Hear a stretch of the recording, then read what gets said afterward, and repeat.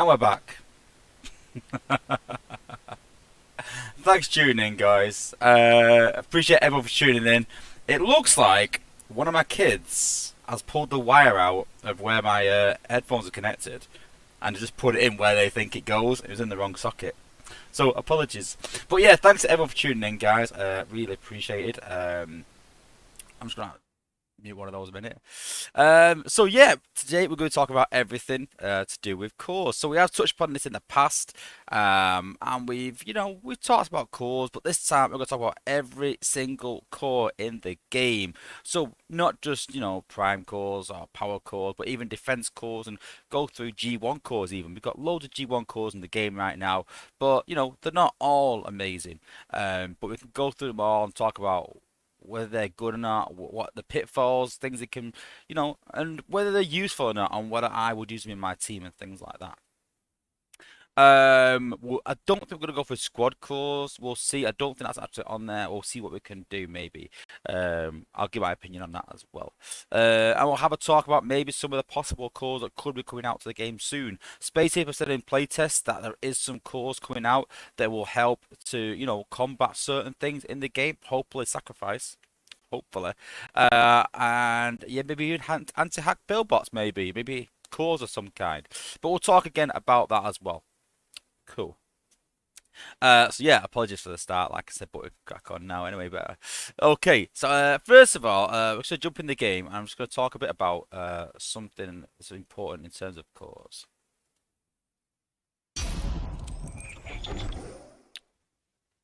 So I also need to sort that Stinger out as well. There's a lot of things going wrong already in the stream today. We just started, and the game's crashed as well.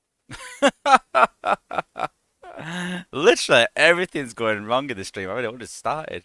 What sort of spurred this on is that I was thinking about my team that that beat the Titan campaign. That was a 18k team, and I thought I can, I can maybe make that more difficult. I can maybe make that even harder again. How am I going to make that harder? And I thought I can remove all my cores. Maybe I could take all the cores off the bots and just run like a 15, 14k team. I was like, no, that's pretty much impossible. And it got me thinking, but that's how important cores are. That's how important these cores are for the game. So let me just try and get this started again now.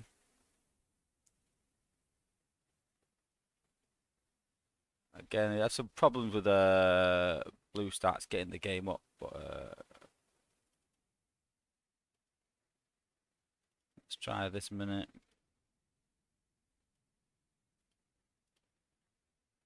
And there we go.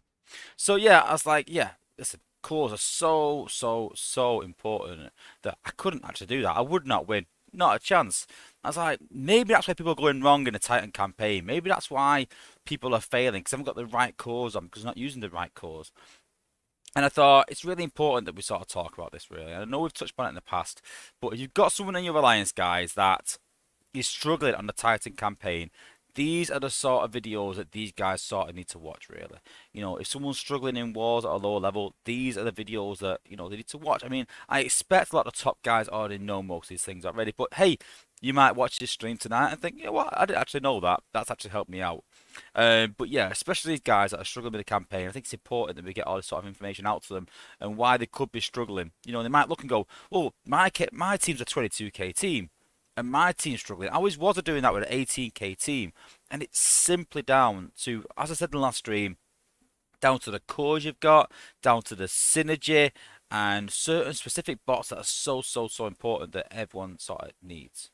But listen, a big part of this as well is managing your resources. So, as I said before, I am really economical in my resources. I really am. And I am very careful what I invest in. And I try and look to the future on what is coming to the game. And then I save my resources around that. So, as I said a while ago, so I am saving my crystals now. I was gonna save a prems, but I was like, well, how many 4 stars am I really gonna get from prems? And then how many cores, as in gold cores or even G metal cores, am I really going to get from Prem crystals? Not a lot. So we're settling for at least gold. But we've got pretty much 10 4-star crystals saved up. So that will give us 10 cores at least. So I'm waiting for the new cores to come out. We're expecting to be coming out before Christmas. I expect by the end of the month, personally.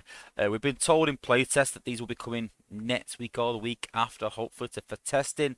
It'll probably take a couple of weeks for testing, and then hopefully they'll come into the game. But the big problem with that, which I said in the past, is that these cores come into the game, and the big problem is the chance of getting said core is so ridiculously low. It needs addressing in some way by SpaceApe, where they put defense cores only in the Shannick store, whether they bring out bundles that have just defense cores in.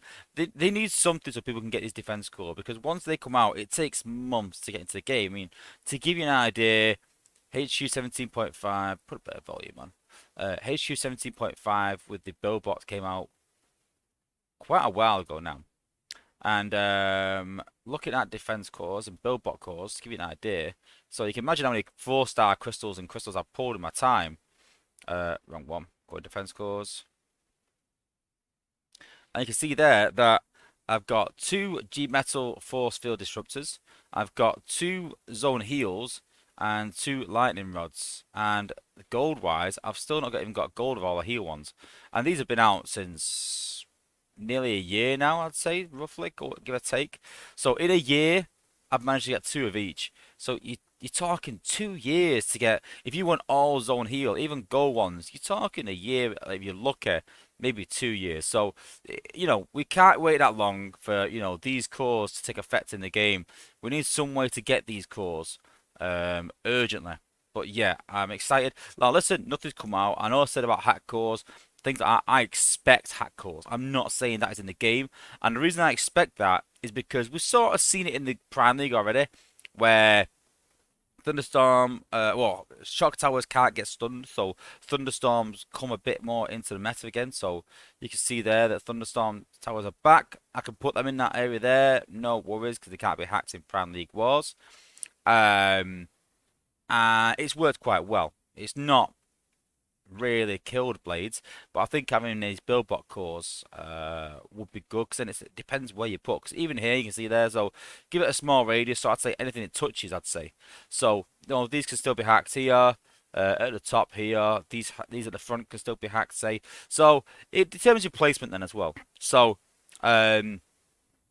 you know, I think anti-hack cores would come, because we did test them and then decided against them because they want to kill blades. But it's come to a point where it's that powerful that it needs it, you know. And I think the force field disruptor cores need a bit of a buff, because by the time that gunners get in range, or Trax does, you can pretty much, let's be honest, once he gets to here and shoots over the wall, the top shot fire, which spreads to nearby defenses, kills the Billbot then. So, you know, I think these need extending, personally. I think the other cores are okay. But, yeah, that's where I sort of stand with these new cores. But if you've got these cores I'm going to be talking about, guys, and some of them are decent, and I say, listen, get this core and level it up, there's a certain level you got to level these cores to, because it gets quite ridiculous at a certain level. So, to give you an idea, we've got a level 10 Onyx core here. So, we'll just go off silvers. So, to level this up 1 level with silver cores, 'cause don't forget bronze are pretty much dead and buried now. You know all my G1s. 1, 2, 3, 4, 5, 6, 7, 8, 9. So 9 silver cores will get your Onyx Prime core to 11. So not too bad. Yeah, as we go through, trying to get it up to about, let's see, it's about 14, so it's a pretty decent level. We'll stop at 13 there. So you see there 4, 8, 12, 16, 20, 24, 28, 32, 36. So 36 silver cores. So, you know, that's not too bad. 36 silver cores. So you can get these cores up to around 16 quite easily. But once you get to 18, to go up just with a 1 level. So, just 1 level at level 18. How many cores?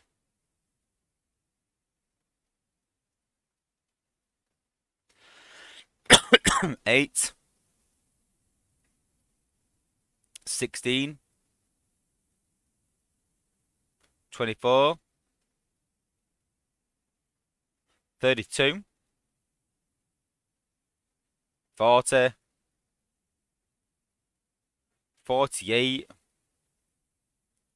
So pretty much 100 cores will get your prime cores up one level at the later levels. So it's, at later levels it's so hard to level these cores up. Hence why you can see I've got mine at like 18, 17, and 16. Once it gets 16, it is so expensive to level these up, and you don't get much of a difference either.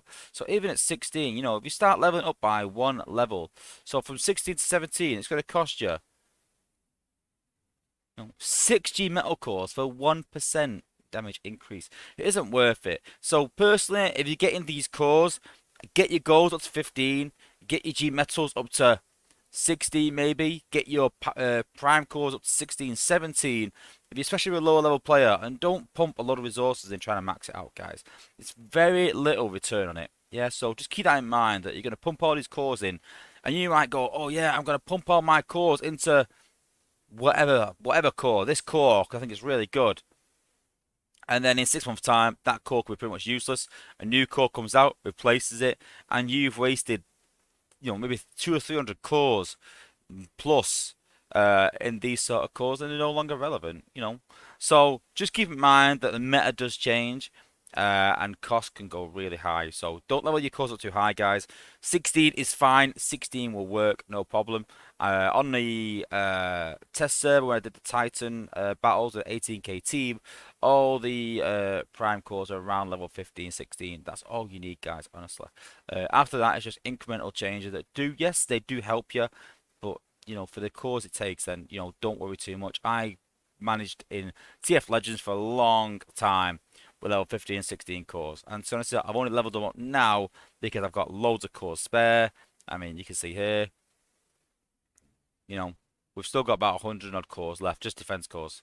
So, and a lot of those are gold cores, as you can see. So I use a lot of my silvers and still got golds left, even G metals to use that I don't even like attack core that I don't even use at all. So, don't waste all your cores, guys. Save them for when the new cores are coming out. Save your crystal for when the new cores are coming out, and you'll hopefully have some good luck getting them. Just a quick note as well, dead quick, about Blur. Obviously, Blur's had an update since the last stream that I did, and it does seem a lot better now. I haven't been lucky yet. I've got one crystal actually to pop. A lot of 3 stars, but no 4-star sadly. So got 3 stars. I did get a 4-star dupe from a Prem, so maybe I've lost all my luck out on that, sadly.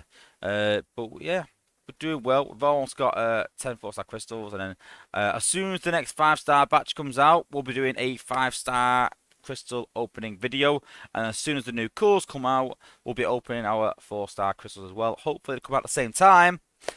And then it's one big crystal opening video. And just keep in mind that obviously we do little giveaways and things like that during our streams, especially when we do crystal openings.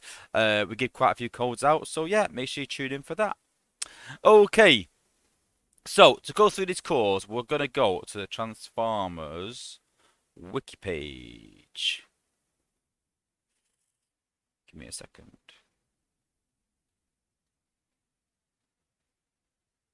Let me just load this again.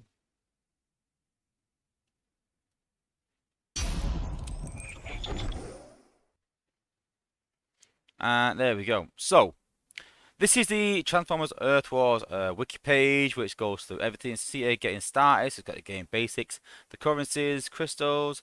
It's got characters, buildings, and power cores, which we're going to look at today. Game modes and community-wise, it's got all your content creators, things like that, little tutorials. So it's a really good place of information. I use it a lot for the characters and buildings to get stats from. Everyone think about upgrading buildings or anything like that, or looking at cores for bots or anything like that, really. So it's a really good source of information, guys. Whether you're a new player or experienced, it's a good place if you need something. So I'm just gonna turn the game volume down a bit. There we go. There we go. Okay, so let's look at power cores. So you see here, obviously we're not going to look at combat cores because although they are cores, they're not really. And like I said, the squad cores are not in here. Now, I'll be honest with you, squad cores are a very little benefit, sadly. The problem with squad cores is that you need at least three bots of the same class for it to really take effect and really work. And things like the medic improvement core, medic command, I can't, something like medic command, basically gives you less healing than the G1 core would, and less than a ray booster would. So ray booster probably a bit more beneficial unless you're running three healers. But who really runs three healers? So squad cores, oh yeah, they are good for fusing and good for leveling up other cores because you can get them for Shanix for free. Um, but guys, like I said, I wouldn't go out and get squad cores and use them in your team unless you're in a team of all warriors or all airbots, which is very, very unlikely. So we're going to start with the building power cores first and sort of go through. So these are sort of the original cores, these four here. No, the first three, sorry, and they've had that's universal cores. So these are universal cores that you can get on any defense in the game, pretty much. So attack is pretty much self-explanatory. Armor, self-explanatory. Self-repair and death pulse. Now, if they make the game harder, because at the minute time is pretty irrelevant. If you're a HQ 15, then yeah, death pulse might be pretty decent because it'll slow people down because the time is a lot lower.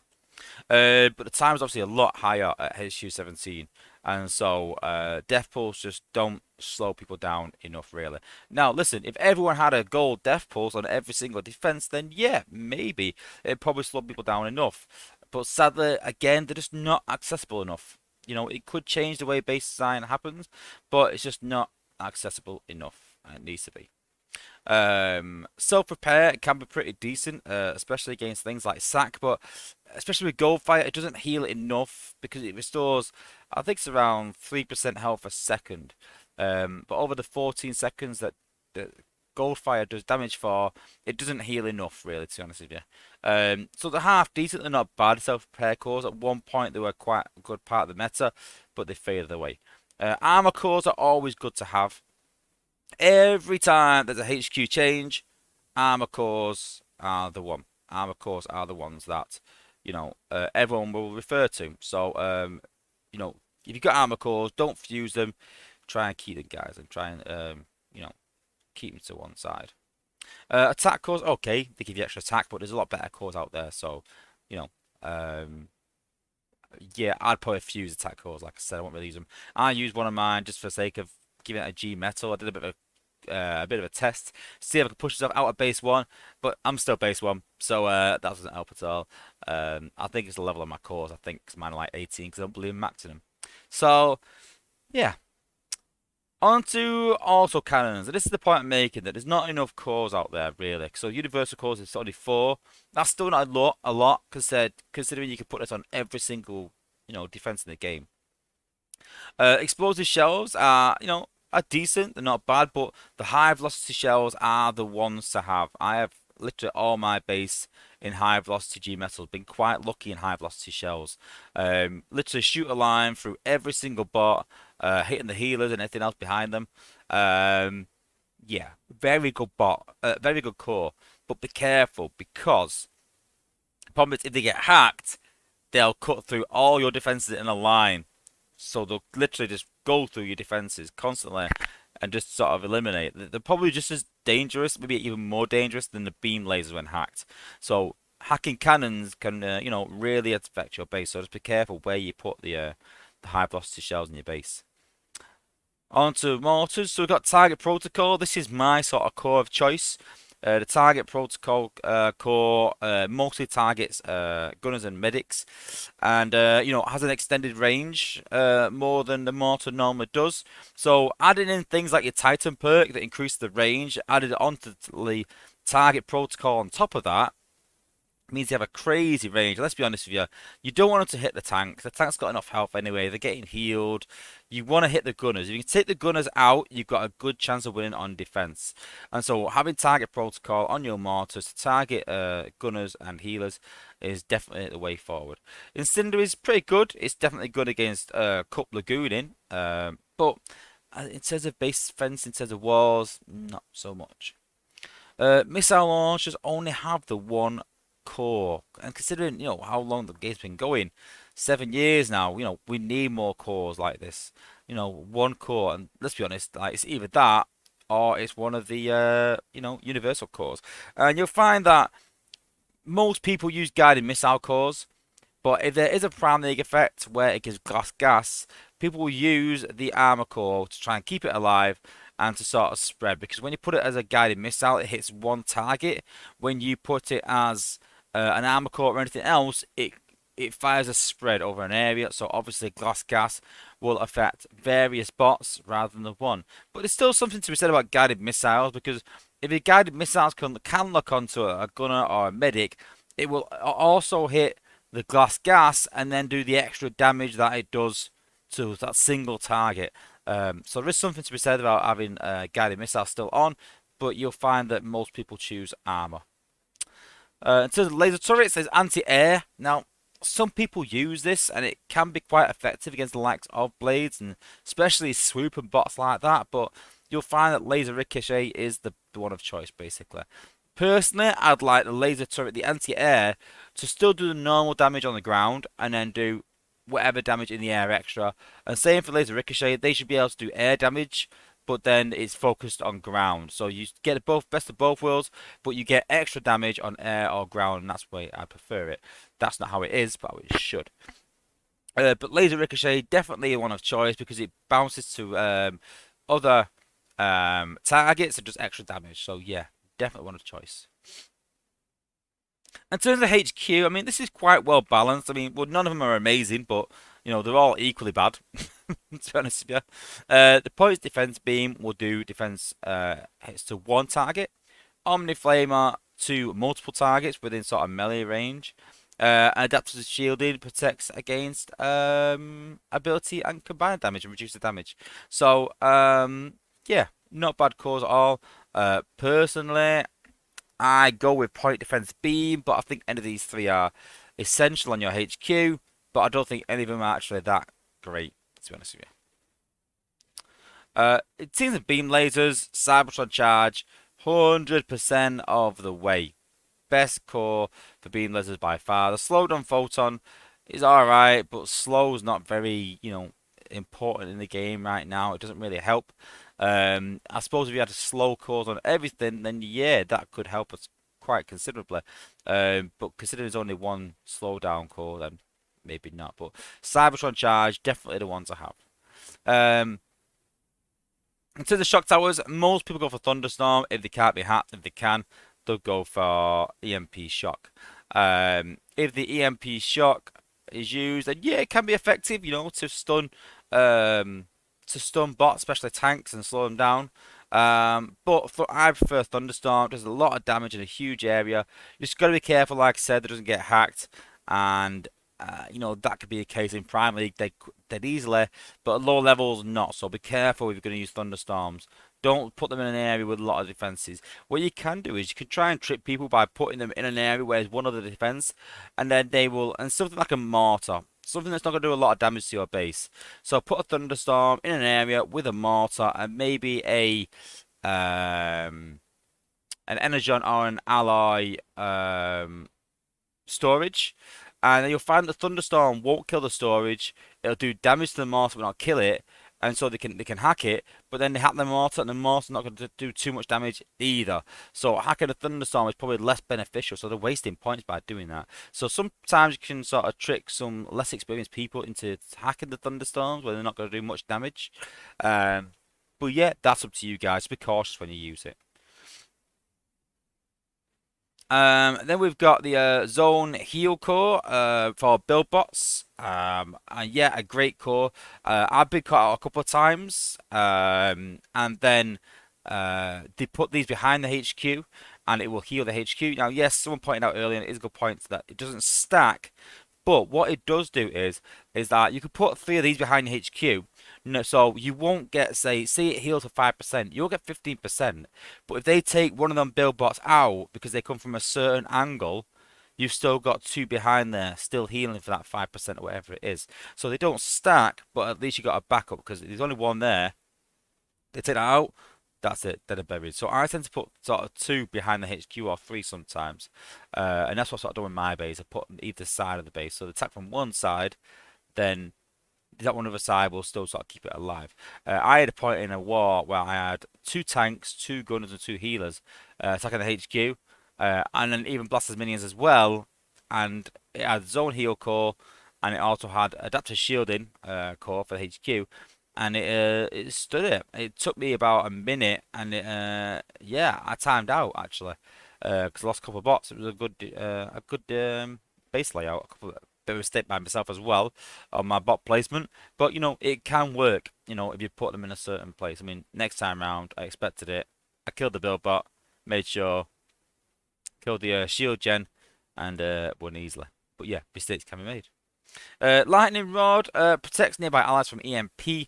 I'd like this to be changed or add more cores. So it's not just EMP, it's fire damage as well. And I'd prefer, I'd like to be able to have maybe two of these cores attached to a build bot or more build bots, but I can't see them adding more build bots to the game because that means you can build more things at once. So we need somewhere to add more of these cores in some way. So do we create more universal cores? I'm not too sure, but I'd like to combine a couple of these things for build bot cores, a couple of things together. Seem like maybe like a zone heal with a lightning rod. That'd be pretty cool, or vice versa. But the one for me is force field disruptor. It does need a bit of a increase in range, like we showed earlier. The G meta ones, they have a good range. I mean, you can see here. I can show it here.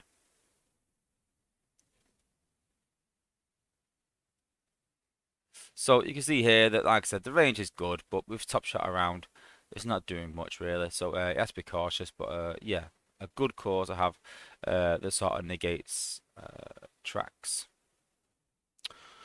And that is literally all the building ones in the game. And that's the point I'm making there, that there's not a lot. 4, 5, 6, 7, 8, 9, 10, 11, 12, 13, 14, 15, 16, 17, 18, 19, 20. 21 defense cores in the game. There needs to be a lot more. Considering how many bot cores there is, which we'll get to in a minute, then yeah, it can get quite crazy. And in terms of bot power cores, I mean, you can see there that there is a lot more bot power cores than there is defense cores. And it's another problem with the game as well, that we just need more cores basically. Oh, we do have squad cores at the bottom there. I didn't see that, but we can go for squad cores, but I'm not going for skin cores though. Okay, talking about bot power cores. So, universal cores. So, most of these are pretty irrelevant in today's game. No one really uses these. Matt Polish put about mine cores. A good point. We could talk about them, I think, in a minute. We'll have a look at that. In fact, look at it now while we're going on defense cores. So, in terms of defense cores, I should have some of my. So, is there 2 or 3 cores for build bots? Done it again through habit. Defense. Defense. Nope, stasis mines. So, yeah, just the 2 in it. Yeah. Yeah. So, you've got glass gas and flare mines. And let's be honest, well, you could either do that or have nothing. Don't forget that you do have stun in the game. When you don't equip any core to it, I would like stun regardless. I'd like more of these stasis mine cores, but let them stun regardless if you have a core or not. So, I personally, the way I've done mine, I've actually put together glass gas with a flare mine, so both together. You can say I haven't upgraded it, I'm not too sure about it yet, we'll test it. But the way this works is, so the glass gas, it explodes and when enemies are nearby and applies gas for 2.5 times duration. So that's about 15 seconds of glass gas, where they get 40% more damage.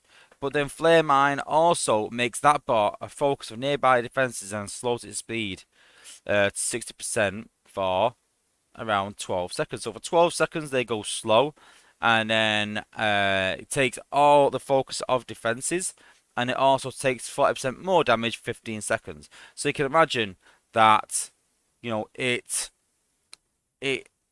creates one bot getting a lot of damage very quickly and brings the healers out from elsewhere. So yeah, I double mine up like that. It works quite well, and yeah, we'll give it a test.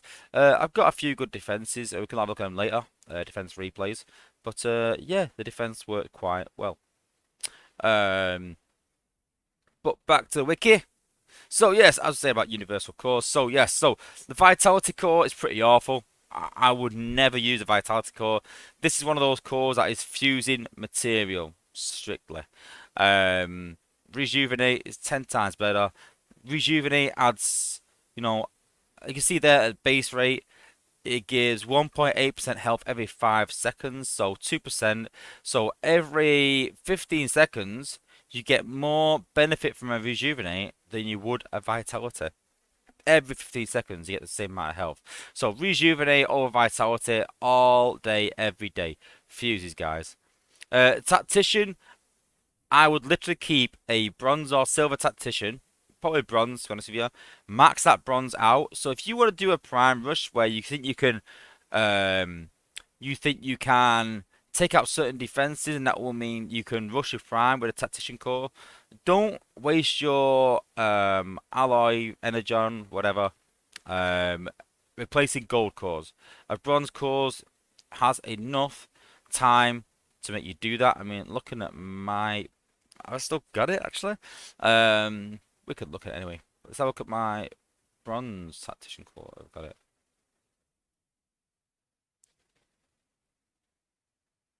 So hopefully I've not fused it. We'll soon find out. Just keep swimming. Just keep swimming. Just keep swimming. Just keep swimming. Just keep swimming. Just keep swimming. Just keep swimming. Just keep swimming. I've got a lot of cores. Just keep swimming. Just keep swimming. Just keep swimming. Even I didn't realize I had this many. So honest with you. I'm sure it just said like yeah, oh, it's defense cores. Yeah, I've got lots of cores. Cause keep swimming, just keep swimming, just keep swimming, just keep swimming, just keep swimming, just keep swimming. Oh my days, this is ridiculous. You know what it needs? Like China, sort by um sort by rarity. So you can see there, tactician core at level 5, which costs next to nothing. Prioritize defenses for 32 seconds. 32 seconds. And grind timer said that my donation alert isn't working. I apologize. I think someone's using full screen, which I don't really use that much.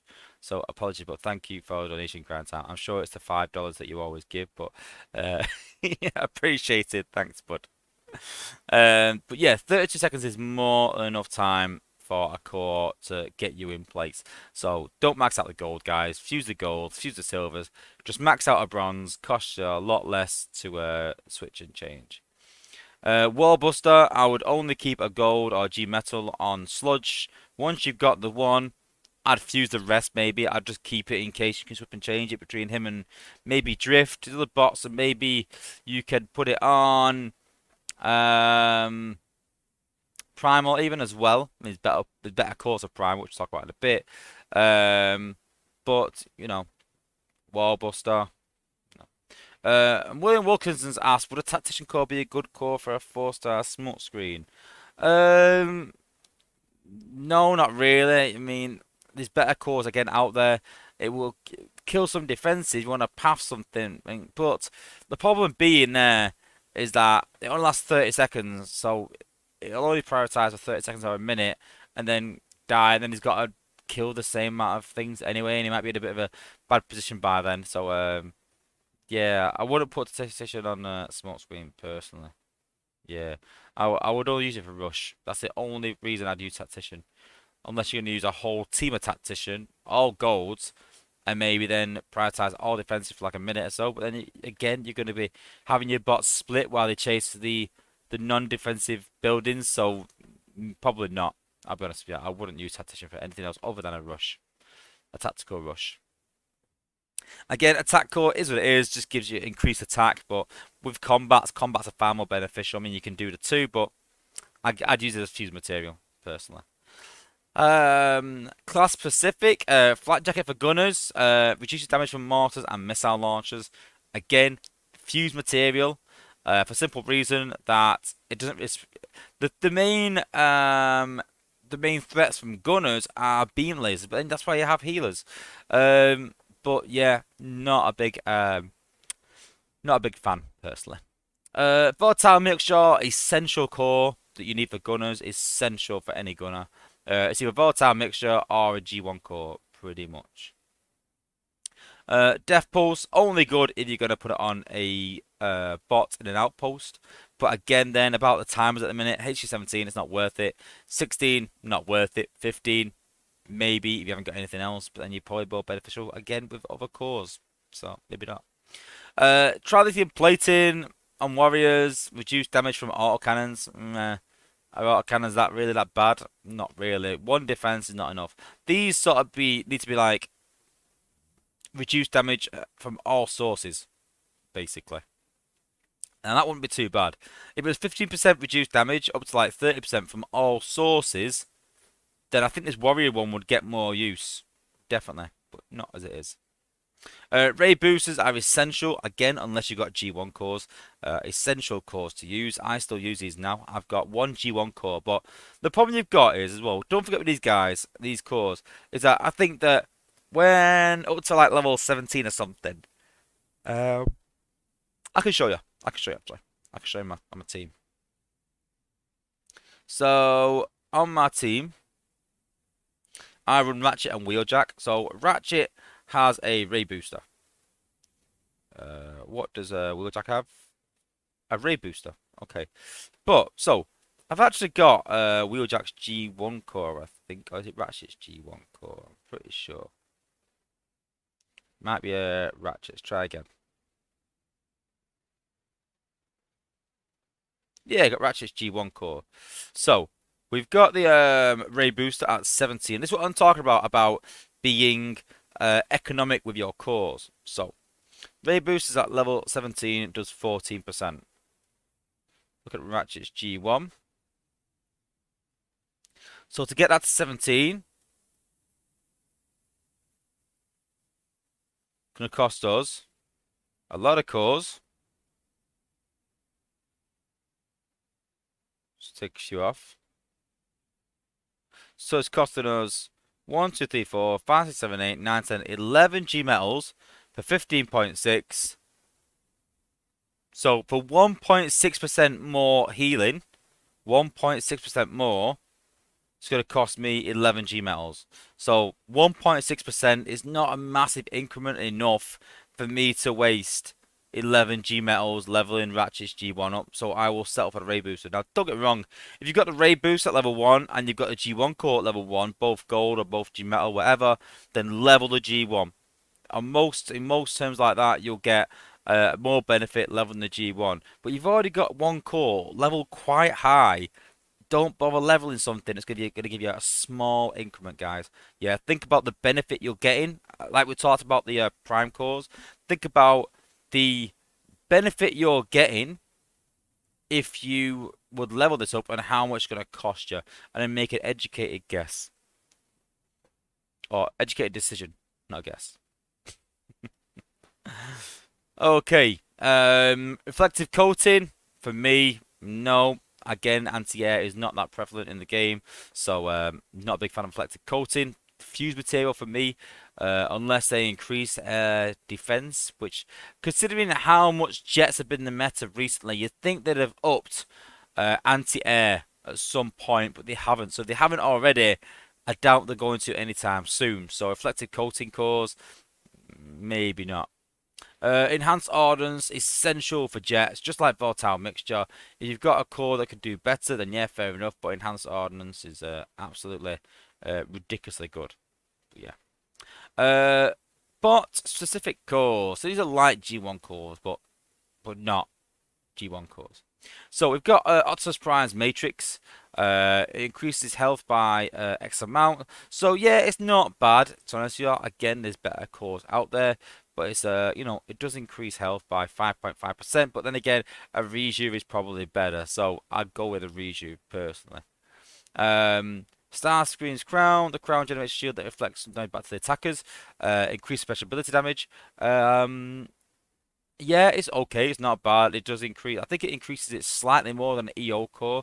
And and reflects it back. So like a Jetfire core, but again, if you've got an EO core like level 18, then you know, I wouldn't upgrade this from Oblivion to level 18, uh, unless it gives you to the point where your bot can't one shot without it, but can with it.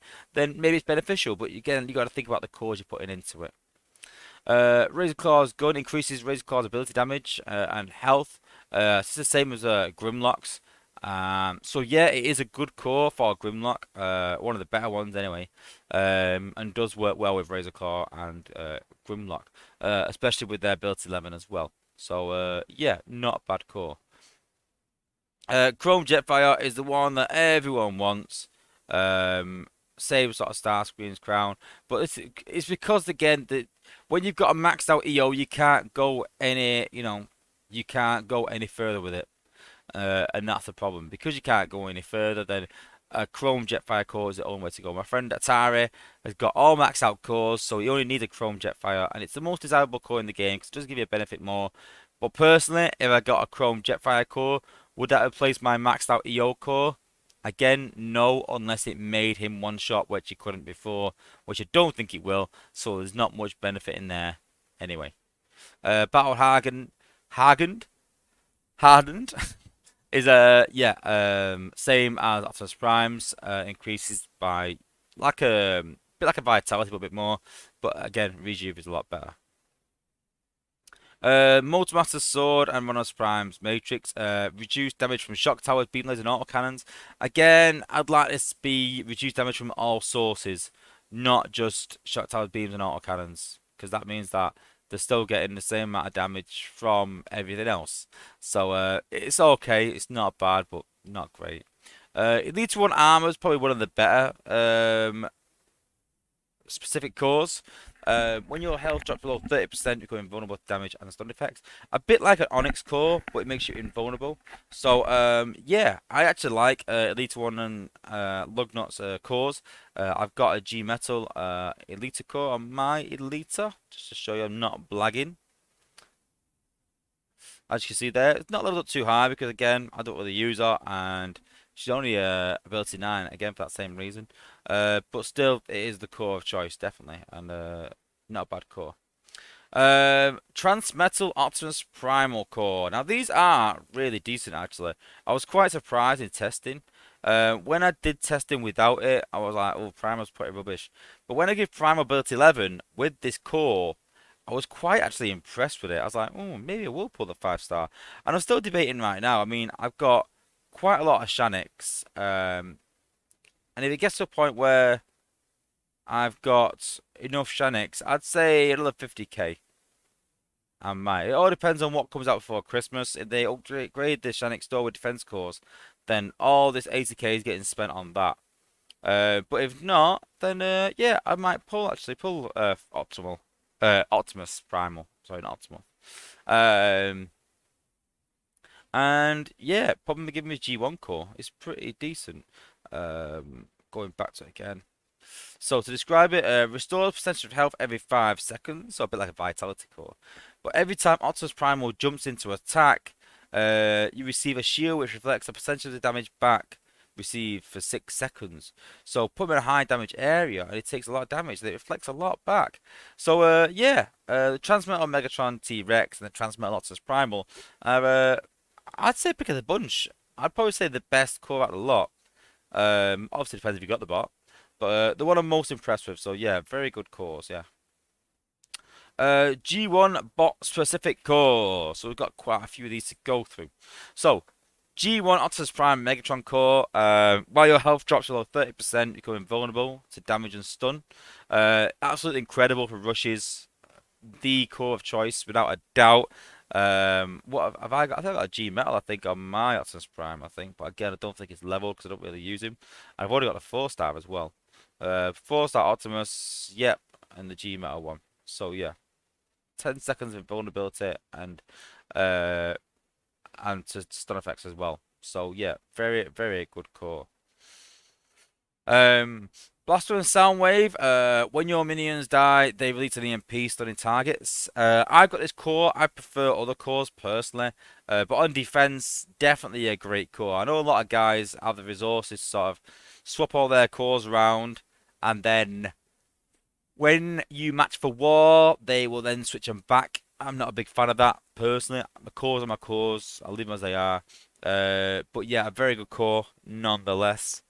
Um, Autobot, Jar. This is a bit. I think this is a bit stronger. Slight. I think it's like 0.5% more than volatile mixture. So again, if you've got a maxed out volatile mixture or really high level and you get the Jazz core, then don't bother leveling it. Use it as fuse material, unless you've got nothing else to do. Then yeah, fair enough.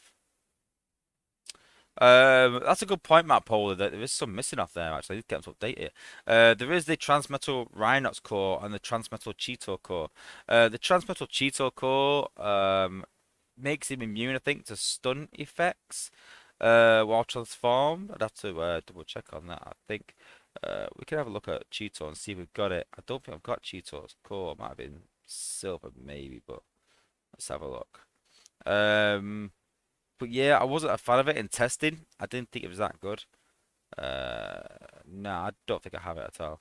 But yeah, not that good. But Rhinox is cool. I've been leveling Rhinox this weekend, so I was leveling him and leveling up Sea Spray. That reminds me.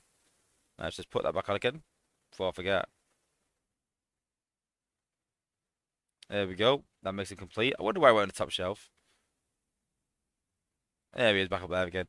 So, yeah, I've been leveling C-Spray up to 65. I know I don't max out bots, but I want this high damage as much high as possible to take out the defenses they can.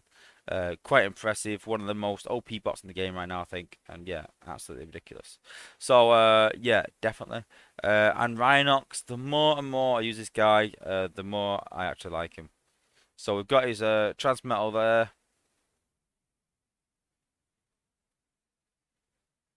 And that's my setup for Rhinox, build 11. Crazy. Absolutely crazy, honestly. Love this core for Rhinox. Restores 2.7 health every 5 seconds when your bot drops below 40% health. So that's that's alright. But this bit here, you imprison nearby foes in your life-stealing vines for 11 seconds. So basically, it reactivates his ability again. So if you use him for in an outpost, and people waste his ability by popping the outposts.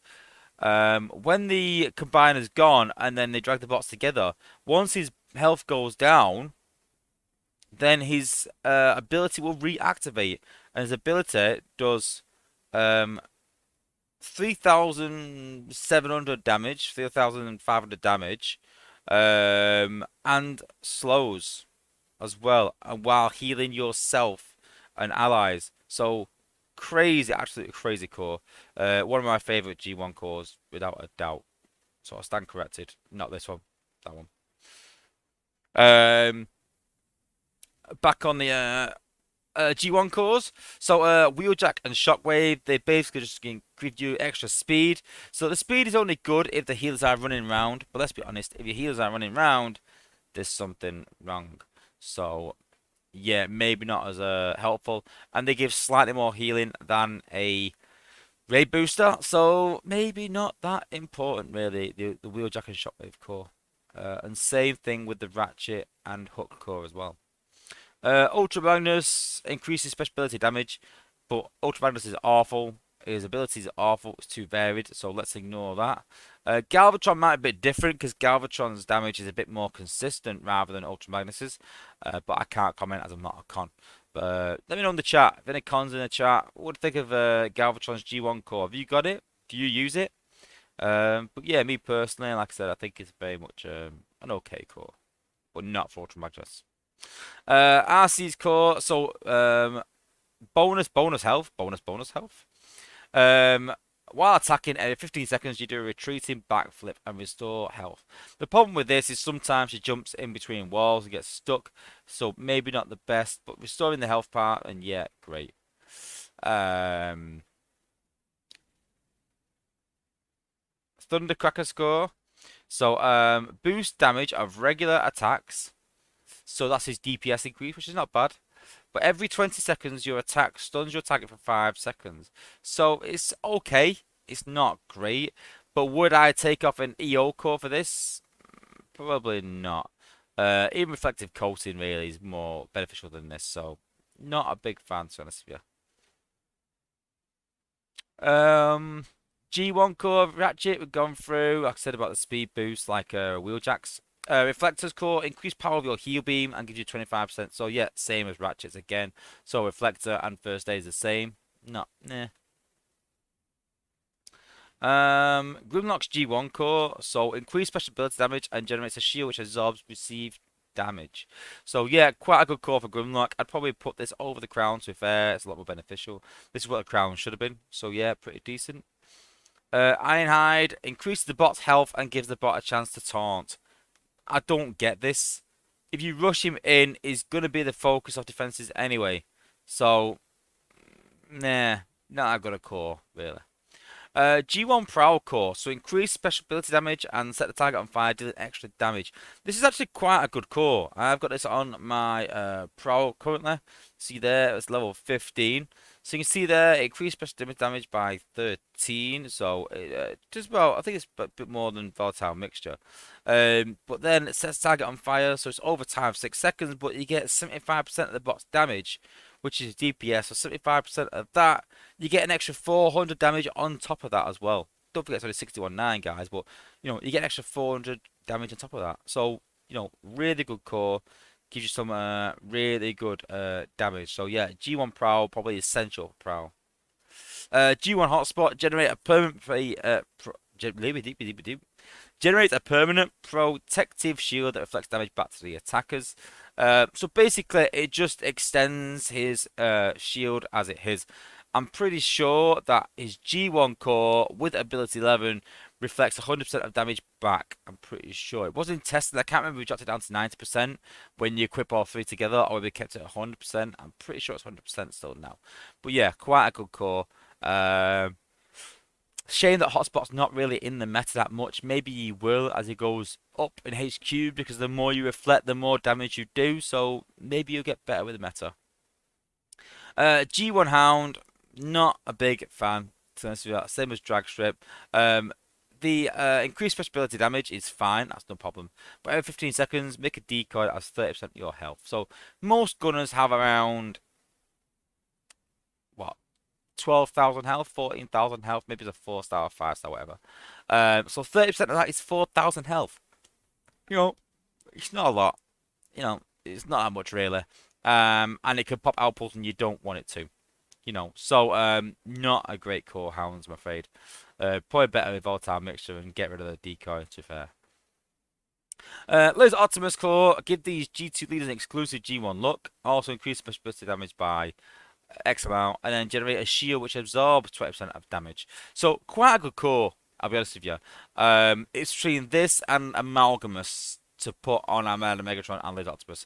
If you don't have the G1 core, put Amalgamus on, it works the same. But obviously, if you put Amalgamus on Laser Optimus, then you can't have it on the likes of Cheetah or Snarl. So if you're running Cheetah, Snarl, or Laser Optimus in the same team, try and get the G1 core for Laser Optimus so you can use Amalgamus on a different bot. But yeah, a really good core, guys. Really good. G1 Silverbolt is the same as Thundercracker. Not bad. Dragstrip, same as Hound. Skydive, damage reduction from laser turrets and beam lasers. So, not that beneficial, really, like I said, because no one really, no one really uses anti-air, so not that much, really. But while attacking, every 15 seconds you disappear in a halo and restore 7% health. So that's not too bad, the fact you disappear. I like that. That's pretty good. Nightbird is same as RC, First Aid, same as Reflector earlier, G1 Hook, same as Ratchet. Swoop is increased special ability damage by a percentage and adds protection from laser turrets and beam lasers. So again, similar to an EO core, I think is slightly a bit more than EO core. But protection from laser turrets and beam lasers is pretty meh, to be honest with you. But yeah, again, if you've got an EO core max, use that over the G1 Swoop core. If you've got a G1 Swoop core and don't have the EO, then yeah, go for it. But if you've got one leveled up already, then maybe not. I mean, well, I think I've got one on my sweep. I think I've got a G1 core in gold, I think. Have I? Yeah, I've got the gold one. Yeah. But that's because I don't really use them that much, really. To be honest. Okay. Sunstreaker, increase pressability damage by a percentage, so not bad. You destroy a target, the flames will spread to the next target, so a bit like a Crimzeek. So yeah, this is pretty good, but the shame is that Sunstreaker isn't that good. Um, so the problem is it's a good core for a bad bot. Same with Swindle, I'm afraid. So yeah. Uh, Nor's G1 core, this is a travesty. I've actually got Nor's G Metal, but the problem is I've only got a 4-star Nor. So this is why that I've thought about going for batch one. The fact that I've got that G metal there, which makes it absolutely incredible. But Nor's G1 core is the movement and attack speed of your minions is increased by a percentage. So as you can see there, it's quite a good percentage though as well. So see there, the movement and attack speed of your minions increased by 15%. They literally just rip through the base. They really do. So a very good core. Let's click up again, like I said. In terms of LO, Little Optimus and Amanda Megs, I would try for the G1. If you don't have the G1, use Amalgamus. So yeah. But yeah, try and keep the Amalgamus for other bots that definitely need it because they don't have that benefit. It's basically like an Amalgamus core, but you're better using the G1 core on him, on Liz Optimus, and keeping the Amalgamus for other bots that don't have a core that does that. Yeah. Skyburst, I'm not a big fan of, but her G1 core is actually pretty good. So increased special ability damage by a percentage, so that's not bad. But the line barrage rocket stun for 3 seconds, so it increased it by quite a bit. I think there's another one that I've got on my 5-star Skyburst. I've got quite a few G1 cores. So increased special ability damage by 23%. Add that in. Again, it's not bad. But add that into ability 11 and it becomes absolutely devastating because I think ability 11 doubles the damage. So ability 11 with the G1 core, yeah, without a doubt. But I do know a lot of people prefer to use Primer on Skyburst, so it's a playoff. Smokescreen. Increase your regular damage against enemy bots and combiners by a percentage. That is absolutely incredible. But when using your ability, you cloak yourself in exhaust smoke that absorbs 50% of damage for 5 seconds. This core is absolutely essential for Smokescreen. It's not my war team, but I do love that core on him. And as you can guess, I've got a G metal. So yeah. So you can see there, increases your normal damage against enemy bots by 85%. Add that onto the fact that you've got Glitch. And Glitch has a 31% chance of a critical strike doing double the damage it does, which is 1,300 damage, and then causing the target, sorry, to receive a quarter more damage from 5 seconds. So the first hit, if you hit for a critical, this is where the maths comes in. So he's got, let's call it 700 DPS for the sake of it. Save is maxed out. 700 DPS. So a critical hit will hit for 1,400, and then the next hit will hit for quarter of that, 1,700 damage, just with glitch. Then the G-Mon core, so it's 1,700 damage, but increase that by 85%, so 1,700 damage, and then you're talking an extra 500 on top. So talking about 2,300 damage for the next shot. Yes, if you hit a critical again, then the next one, you know. But yeah, and later ones, but all these G metals are a little suspicious. I just chase G metals now. I don't buy bundles unless it is a G metal. I'm not gonna lie to you. But yeah, I chased them for a long time. Looking at my G1s, you can see there quite a few G metals. And then some of them I haven't got the bots for. So I've got LOs there waiting for him, dust ups. Let's not talk about that. Alpha Bravo, but a lot of them on 4 stars, you can see, but yeah. Um, yeah. Content creator RNG, definitely. Then we've got Hot Rod and Nemesis Prime. So you bless the Matrix Power of Darkness, which makes yourself target faster. Sort of like a speed up core, I think. It's not bad. It's pretty good core for Hot Rod. Um, but yeah, I mean, I know there's a few guys in the chat. I know Atari does for a fact. Uses Hot Rod quite a bit with ability 11. So do you use G1 core? What core do you use instead? Let me know. Um, but yeah, not a bad core from what I know about. Alpha Bravo's core is basically an EO core and reduced damage again from mortars and missile launchers. I'd like that to be all defenses, like I said. Long haul the same. So Mirage G1 is really cool, but not amazing. Very cool though. So it makes it become invisible for a few seconds, every 20 seconds. So that was absolutely crazy. Um, and the effect of your EMP rockets is longer. So, it's a decent core for him. But the invisibility bit is amazing. It really is. Just not as in like how useful it is. Just the visuals. One of my favorite visuals in the game. And it should have been this from the start.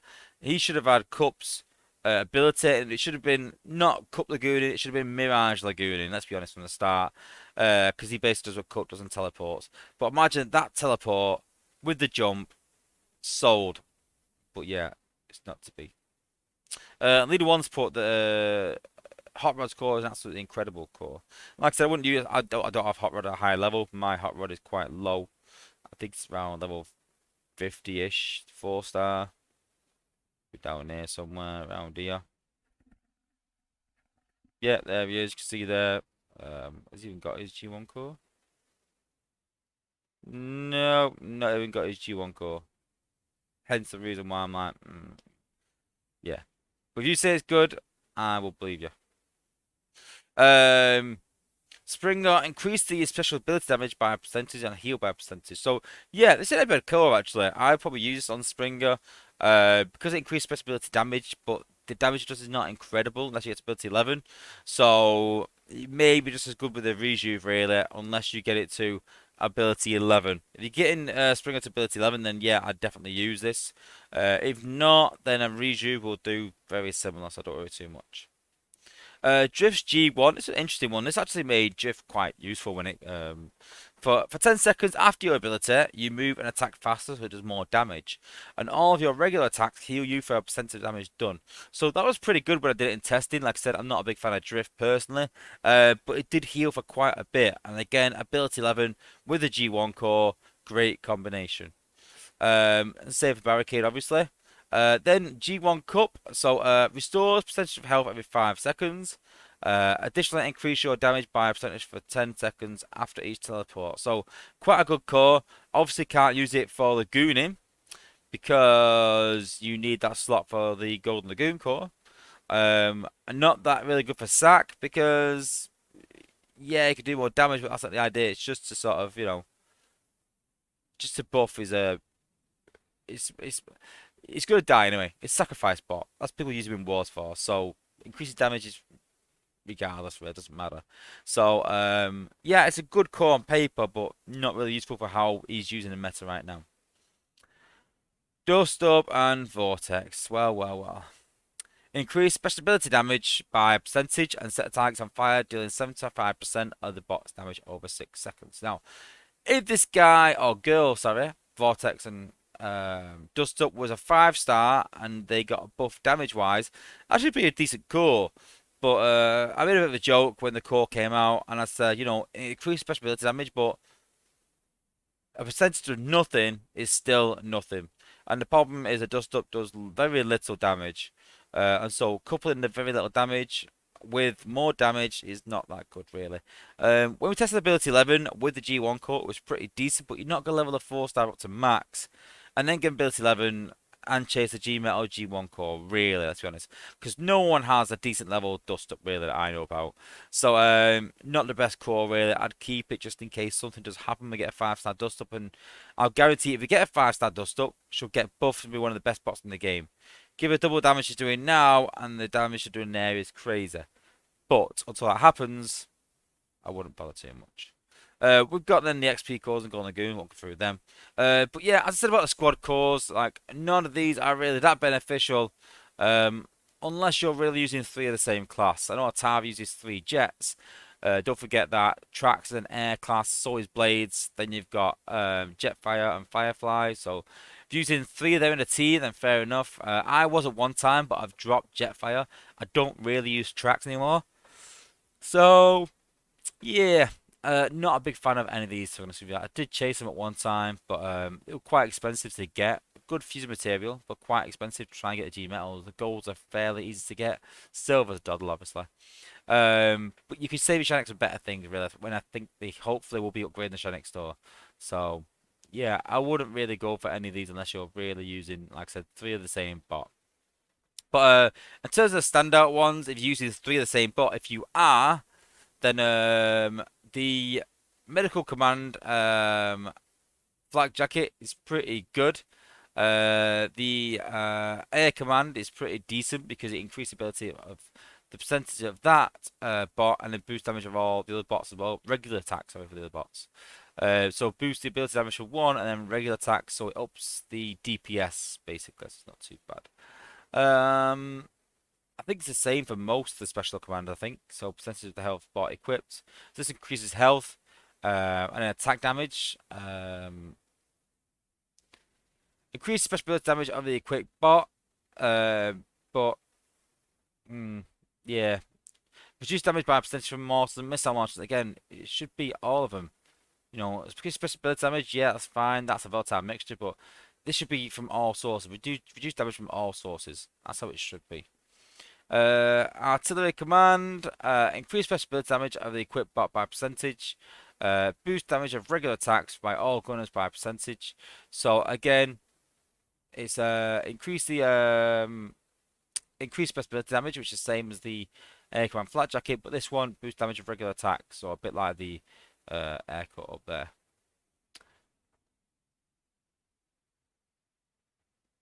And then you've got skin cores. Won't go through them. Obviously, just skin cores, but yeah. I won't go for effective coating. Not really that bothered. These for warriors. Restore the percentage of the equipped bot's health for 5 seconds. So it's basically like a rejuve. Boost damage of regular attacks for all warriors. But let's be honest, most warriors, you know, most warriors don't do that good damage anyway. So, you know, I wouldn't really bother. Leader one's put special force attack is nice. Yeah, because there was a lot of specials in the game, so I get that, yeah, that might be decent. Adds percentage health to the bot equipped. So it's basically like Vitality Core, which is not that good. I'd rather have it, it restores X amount of health rather than just a straight, you know, percentage increase. And increase the attack damage of all special bots. So, yeah, the first part of it isn't that good, really. So, not a big fan. Okay. And then the last section.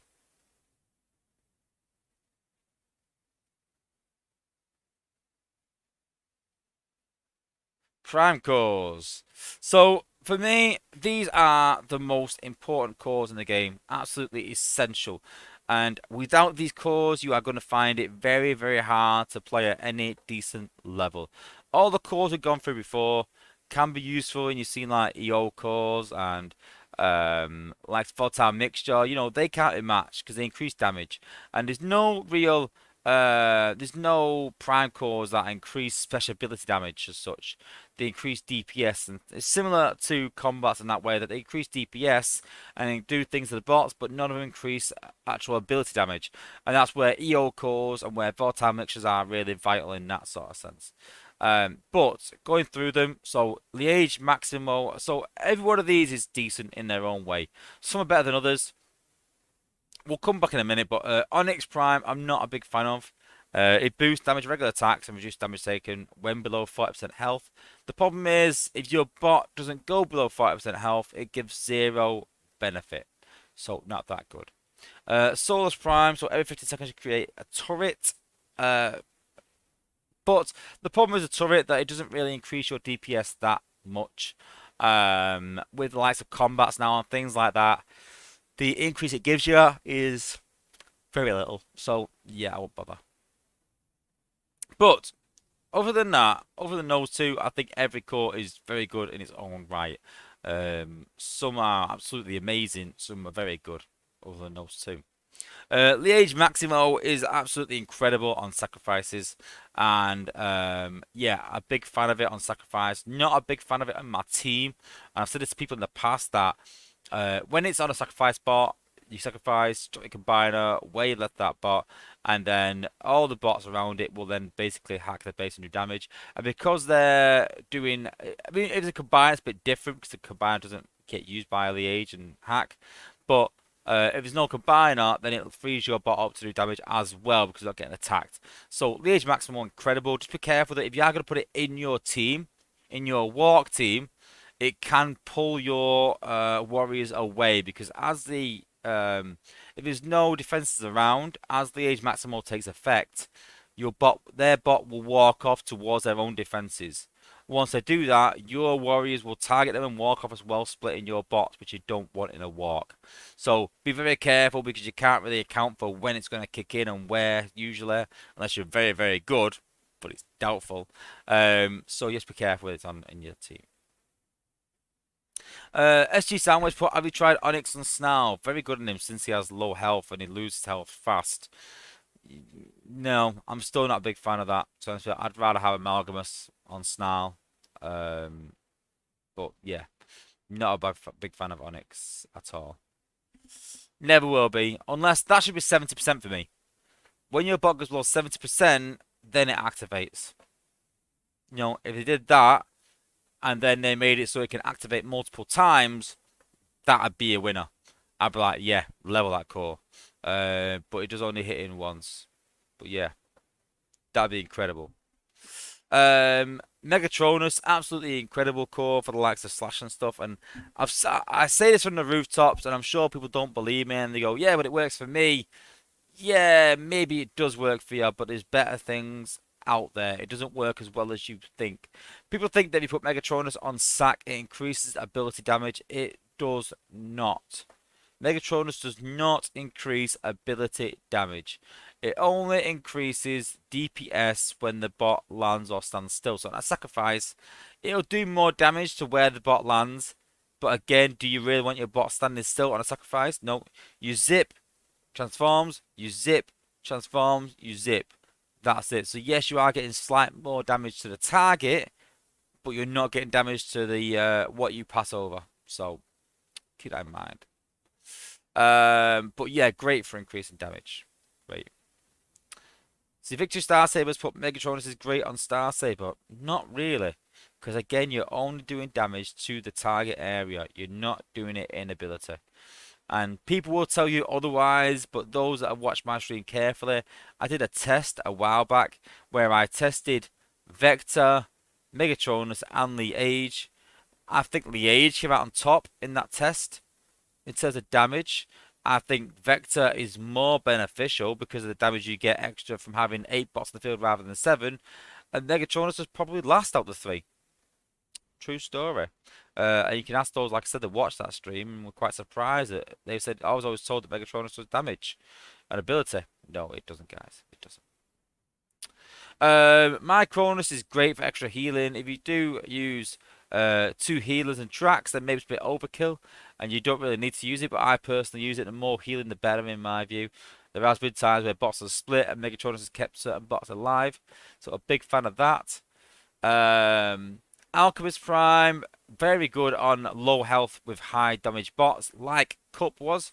So any bot that has high damage and low health, so likes the tracks as well. Any sort of bot like that, especially bots that do a lot of damage with their ability in an area. So yeah. See, Greg Mealy has put Megatronus is great on Goldfire. Not as good as you think. I would put Liege Maximal on Goldfire way over Megatronus. Because Megatronus with Goldfire only does damage to the target area. And if you actually go and really test that, guys, I promise you it's true. I actually tested it in depth. If you're not too sure, go and check out my video I did about 6 months ago of Vector versus Megatronus versus Liege Maximal. And Megatronus only does damage to the target area. Yes, that helps the thing to spread. But personally, if you put Liege Maximal on, the damage you get from Liege Maximal is 10 times more damage that you'll get from Megatronus, without a doubt. But yeah, Alchemist Prime, back to that anyway. Alchemist Prime, very good core for bots, like I said, with high damage, low health.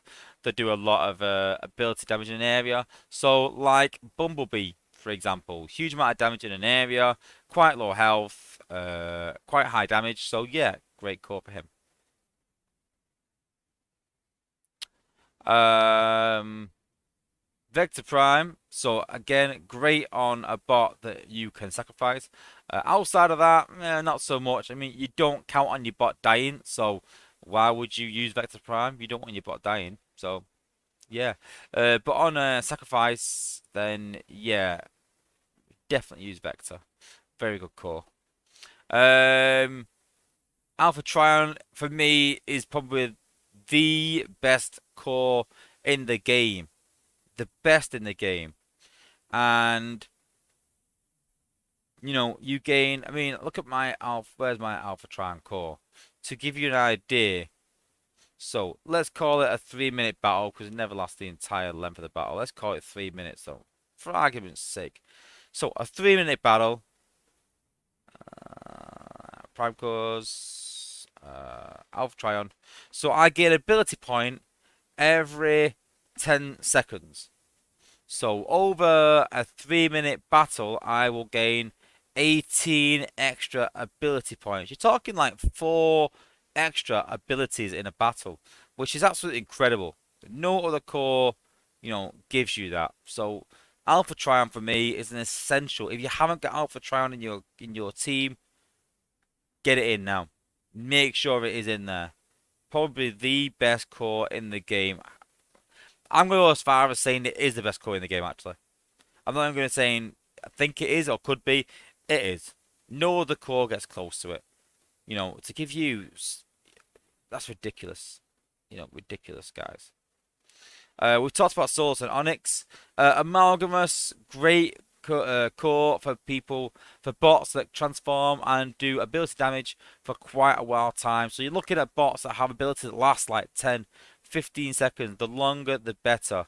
And yeah, absolutely amazing core on likes of Cheetor, Snarl, Laser Optimus. Yeah, absolutely brilliant core, guys.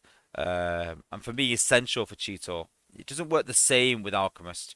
It does quite a lot of damage with Alchemist, so it makes sense. He has low health, he has high damage, so you can say, yeah, Alchemist makes sense. But Amalgamous increases damage by so much. I mean, the thing is that Cheeto's ability is that it transforms, it does loads of damage, and heals himself. And this core basically just doubles that. It gives even more damage and even more healing. And it doesn't die, it keeps him alive. Absolutely incredible. Next one, Quintus core. For me, is probably the second best core in the game because it distracts so many defenses, likes of turrets, cannons, beam lasers, distracts them all. Even the likes of outpost bots, extra damage to them, increase your damage, increase survivability. It's like having extra like 3 bots in the field. Absolutely incredible Quintus core. Another core where I would not go to war without it and make sure it is on your team. If there's 2 cores out of all the cores we've covered today, I would say Quintus core, Alpha Trion core. Make sure they are in your team and leveled up to a decent level, guys. Yeah, we're going to focus on anything. Absolutely incredible core. Again, I would not go to war without them 2 cores at all. Then we've got Nexus Prime. There's been a problem with Nexus Prime recently that it wasn't working as intentional, but it's been fixed now. And if we're going the way we've been talking about increasing the health of combiners, the Nexus Prime core is absolutely ridiculous, really. Put it on your outpost bots, and it'll help your combiner on defense survive more because it takes effect. But yeah, it's not an amazing core, but it depends if combiners get some sort of buff, then hopefully this will get a buff as well in line with that. I think that's what I'm going to ask for, and we'll do something else maybe. But yeah, absolutely a really good core against combiners. And then lastly, we have Primer core. So like I said, very good on tracks, very good on bots.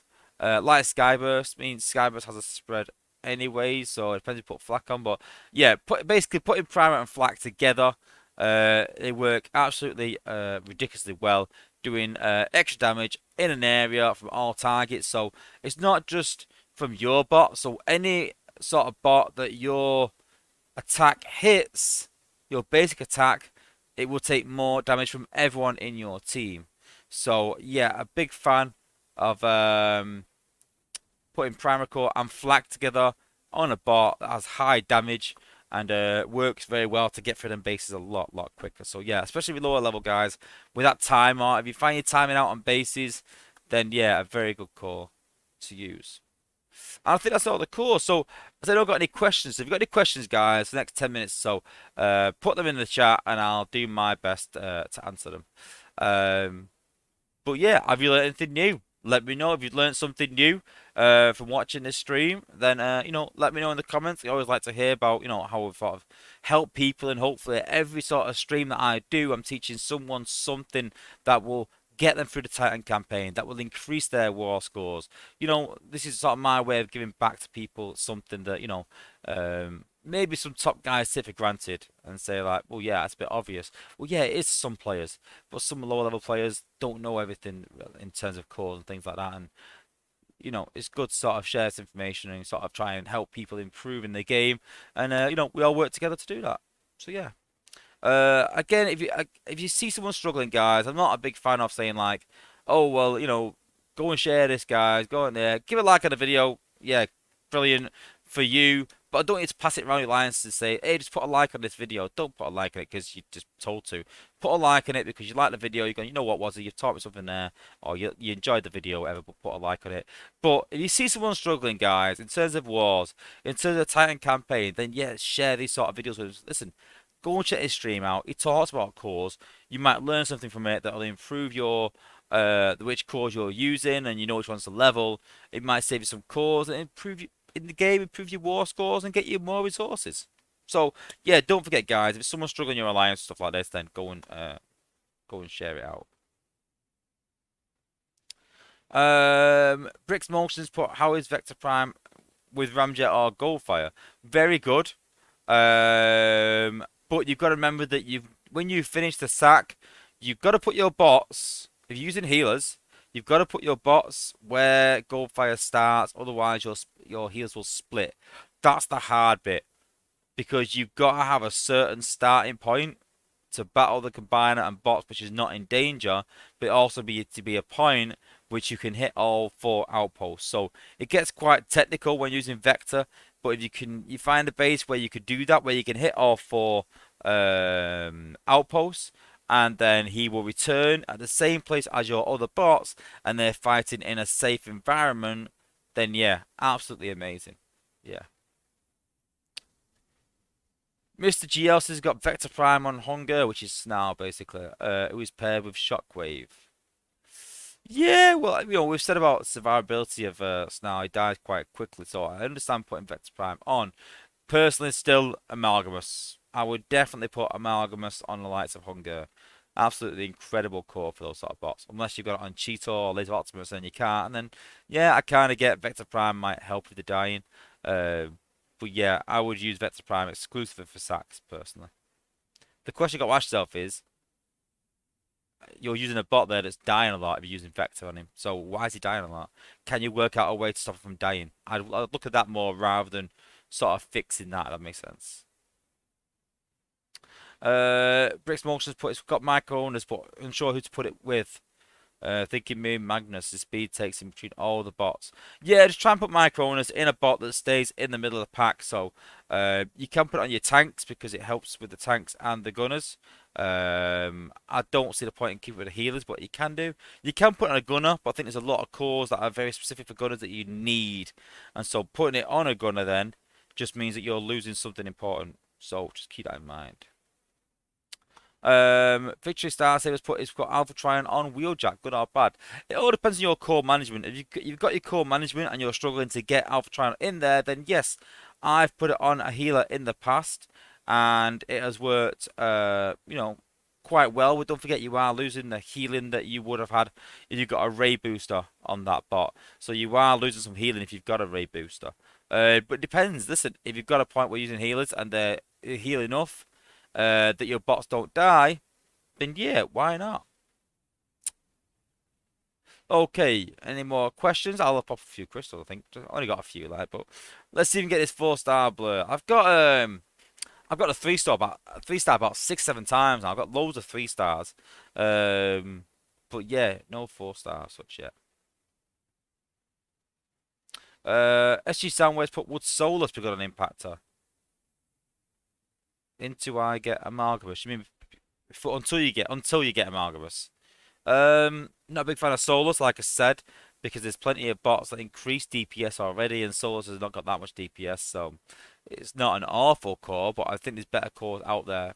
Um, Impactor, if you're not going to put Amalgamous on, then you know, I suppose you could put Alchemist on, which might help him if you don't have ability 11, but I don't know. Another 3-star. See, I keep pulling these 3-star blurs. I've pulled loads of them. But we want the 4-star, don't we? We don't want the 3-star.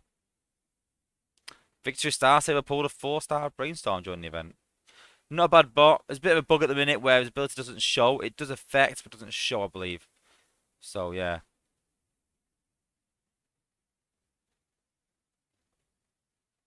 Nope. Teased us. More blur shards. Oh, no. More prems. Get the prem.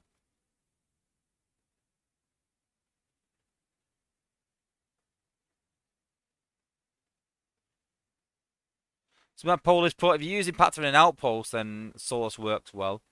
Yeah, I suppose, but again, it's not much damage. It's a bit of improvement, really. And yay! We've finally actually hit 10 4-star crystals. So when we pull the 5-star, we're going to get 180 more.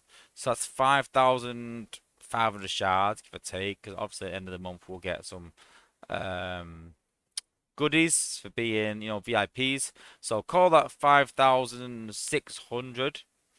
And then we're going to get 1,800 shards from that. So call that 2,000. So we'll be at 7,500 shards. After pull the 4-stars, after that, we're at 7,500. So we're about 2,500 off. But I imagine with the next event, we'll get a 5-star event, which will be 1,500 shards, hopefully.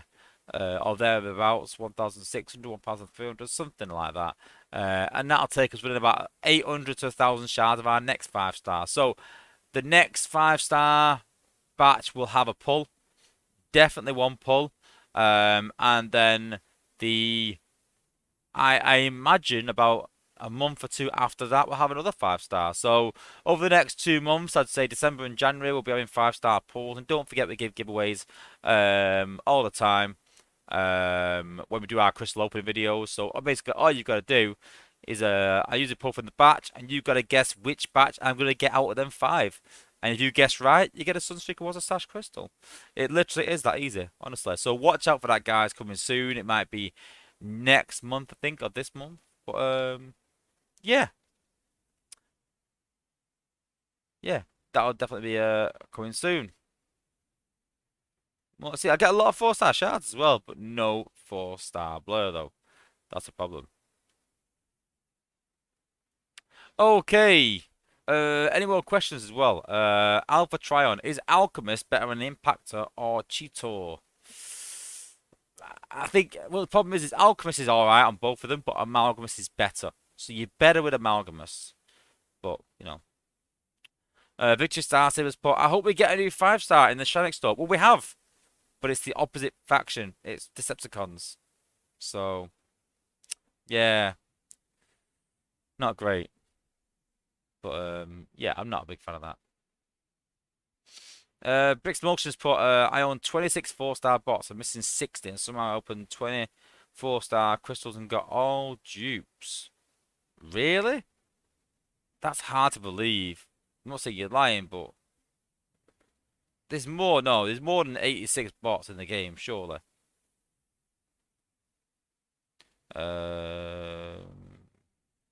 Collections overview. Nope, wrong one. Details. 4 stars. 92. Yeah, so yeah. I suppose, yeah, because some aren't available yet. I thought it'd be a lot more than that for some reason, but yeah, 92 bucks. Oh yeah, I'm thinking about 5 stars on top of that. So yeah, it's like 130 odd, but yeah, I get that. Yeah. Yeah, that is bad luck though. If you've opened 20 crystals in the past and you've only got 26 4-star bots, then you've got a 1 in 3 chance of pulling a dupe. So I'd be complaining to Space Ape about that, me personally. If that is definitely the case, I'd be complaining to Space Ape saying, listen, I've got 26 4-star bots, I've opened 24-star crystals and keep getting dupes. That's not on. Um, Vichy Star Sabers, do I like the buff? Yeah, I still think the hollow being put down where he leads from, not where he lands, is still a bit off. I don't think it's an amazing game-changing bot, but he's better, definitely better. And I think the bots are going the right way now. I'm hoping, I've said this a few times, I'm hoping we're turning the corner now into the bots and making them better. I mean, Fabian said we've pushed some of the boundaries on this bot really too far, maybe. I don't think so. I think this is where we need to push it to. These sort of bots, this sort of, amount of damage, this sort of DPS, this sort of health, we need to push it this far. This is how far we should be pushing it. Um, and hopefully, we'll get to see some better bots. I did say earlier that I'd show some battles, some defenses. So we've got Olivello here from S7, so a very good alliance and a good player as well. But obviously he's not attacking with his war team, guys. He's trying to level and try and get some resources, whatever. But we can watch it, and you can see sort of how the base works. And as always, listen, I get guys sometimes must be going, Wozza, can I use your design? What if I said no? It's not gonna, you know what I mean? I would never know. Guys, just go and use it. Never think you have to ask someone to use their design. If you like see a design you like, just use it, whether it's mine or the top guy in the game or whatever. Just use it, guys. Yeah, don't even ask them. If anyone says you gotta ask, they're talking rubbish. I got to say a funny story about that actually after that attack. So you see there, Computron hack. So he's put his combiner down to get round it. Best thing, once you see Computron hack come down, drop your combiner. But you can see there, we've got 2 outposts that aren't popped, so that's a problem for him. But 5-star Mega Supreme, doing crazy damage. Really, really good bot. If you haven't got a Mega Supreme yet, guys, then where have you been? But yeah, really good bot. So he's there. So my Titan 1, obviously I'm a bot, but it's skinned as Triticon. So another problem for him. So he's now got Chromia on his case. He's got Dead End on his case. Or Smokescreen even. And you can see here the damage that look, you can see here the damage that Smokescreen does is crazy. He just took out Night Stalker in one shot. So yeah, crazy. You see there we got Ravaging and Outpost, so that distracts the bots more as well, because he's doing decent damage, distracting them so the combiner can get some more hits in. You see here there's a bot up here, swoops up here doing damage. The problem is they're going to lose the tanks pretty soon. That tank's going to go. There we go. All tanks down. Once you get to the point where your tanks are down, you can see there that Otter's not Otter's Prime, Rhinox's ability reactivated there. You can see that. Yep, no shielding. Took the build out finally, but the shielding was done there. Stop the shielding. And base win with still half the base intact and an outpost. Victory starts. Yeah, you can see Amiga shooting the ground. It's where the he's actually targeted the defense. Defense was still there, but obviously the replay is not showing that. That's the problem. Battle history, defensive. See here. So we've got for one Nemesis. It was just going for resources. Won't show that basically. Look, you can see there. He's already dropped 6 bots. Someone from Storm Rim, Echoes of Death. So they've used a full team, quite a few 4-stars in that. So 1, 2, 3, 4, 5, 6, 7 bots only. Don't know why you would take 7 bots into zone 16, 15, whatever you want to call it, but I don't know why I would do that. But hey. Bricks Motions put my third ever 4-star was a dupe from my second bot. Wow. Yeah, but that happens, one in every while, but it's happening all the time. So again, you can see dropped in a similar place, but we've got this build bot here that stops any protection. So once the bots get in range, it's pretty useless. See there, it's been taken out. Use Prowl to take the build bot out, but now they're splitting, so you can see there that we've got some bots walking down here, some bots walking over there. Use a Prime Rush, but then the Chromia Tower comes down, causes even a worse split. So you got a couple up here, a couple down there. Healers now running all over the show.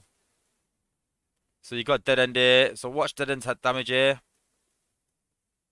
There's Dead End. Look at that against Optimus. He's taking out them sharks. I think he targets tracks in a second. No, wrong replay. But you can see there. Shark Tower doing its damage there to kill the sharks.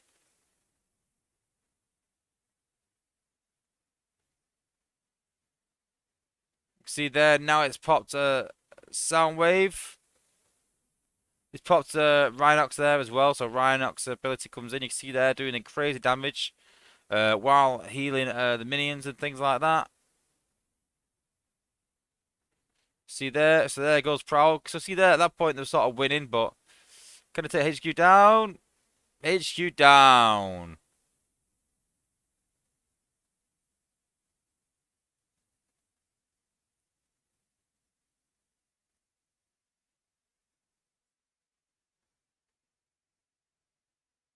My Polish put scroll across, but there's more on the right because the Titans are too many to. What do you mean more on the right?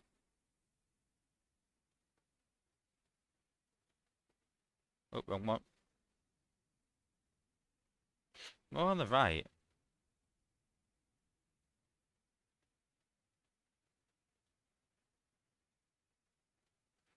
My Polish put I wonder how many players have asked Spatial. I didn't when I copied it. Oh, right. Sorry, my bad about Poland. I get you. I get you. Ah, okay. I get you. But you can see there, it shows a win, but it didn't win. I won. But this one we did lose. Yeah, Zyback is a really good player. Quite comes in the stream occasionally. But yeah, really good player. I'm fine losing to him. And then another victory here. So you can see there, yeah, we covered a full team. So he was close to this one. Let's watch this one. But while watching this, we're going to do a bit of a quick competition. So, everyone gets one guess. Yeah, and you've only got length of this battle to get the question right. Once the battle ends, then it means that I'm going to stop all guesses. So are you ready, guys, for a Sunstreaker Wozza / Crystal competition instantly on stream? So the question is, exactly how many 4-star shards do I currently have? So how many 4-star shards did I have the last time I looked? How many 4-star shards have I got to the exact number? If you can guess right by the end of the battle, you win a Sunstreaker Wozza / Crystal. Easy as that. So you see there, it caused a big split. It's a big problem for the bots, that. So the tower's doing its job there, splitting them up. They're going to split the top as well. It's using Skylinks to clear that area, but that's not the problem. The big problem here, guys, is this ability of Rhinox. So look at that. It's reactivated again because he's gone below health. It's slowed them down, doing damage. All the bots are going up there. Healers are going to be running all over the show. Yeah, he's running 2 healers. So that's a problem. So the healer's taking damage as well. So you can see there, they were there for ages trying to take that out. So there's Optimus doing damage. But here comes the combiner. This is the problem.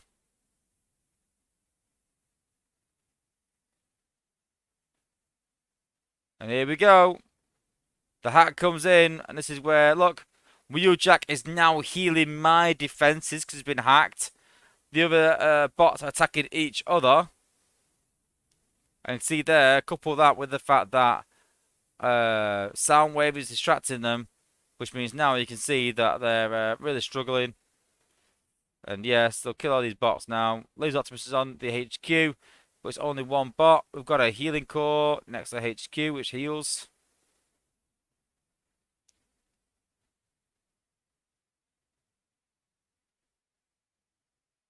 His Titans won, but that healing core is keeping it alive. So Laser Optimus is close to winning, but he dies at the last minute.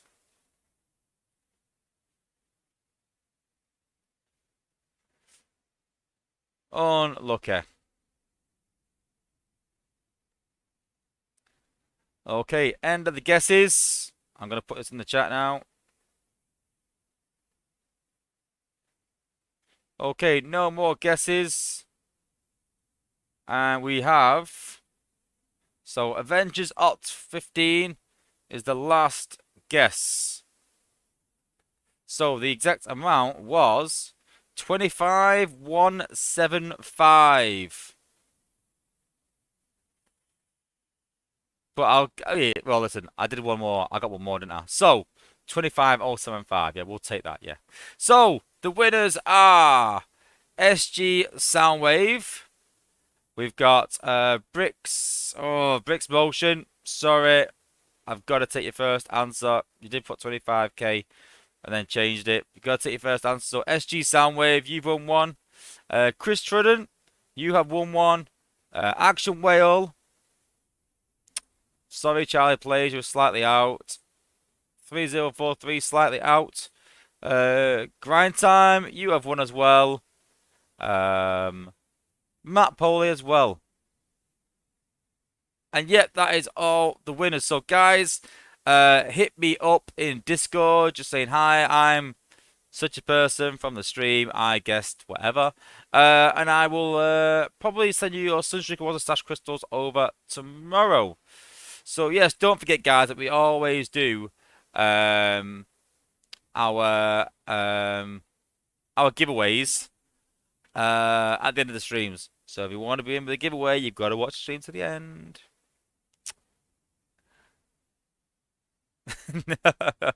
Avengers up 15, but 75 matters. No, it doesn't.